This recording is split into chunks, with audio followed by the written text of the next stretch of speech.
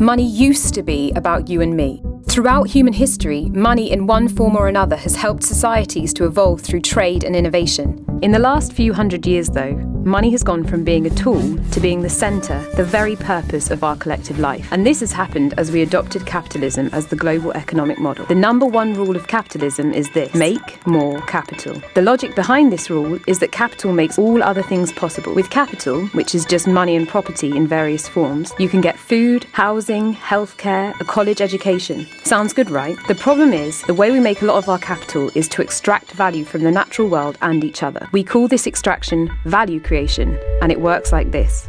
You cut down a tree, make a chair, sell a chair in the market and collect value in the form of money. So you get the money and your customer gets a chair, but what does nature get?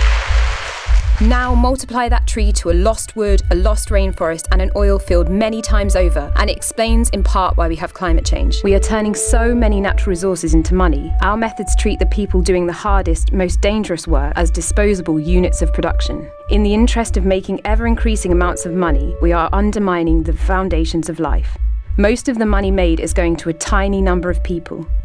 8 men now control as much wealth as the poorer half of the world's population combined. In other words, the majority of us are expected to spend our lives working to create money we will never see. We now live in a financialized world in which the power to create money is held by privately owned multinational banks, in which the needs of the earth that sustains us are treated as barriers to the infinite growth of our stocks of capital, in which the economic rules push more and more money upwards away from the majority. So money is no longer about you and me. If you think we should treat money as a tool, not a god, if you believe that the logic of the future should instead be about you and me and everybody, if you believe the most sacred value should be afforded not to money, but to life, then the chances are you don't agree with capitalism.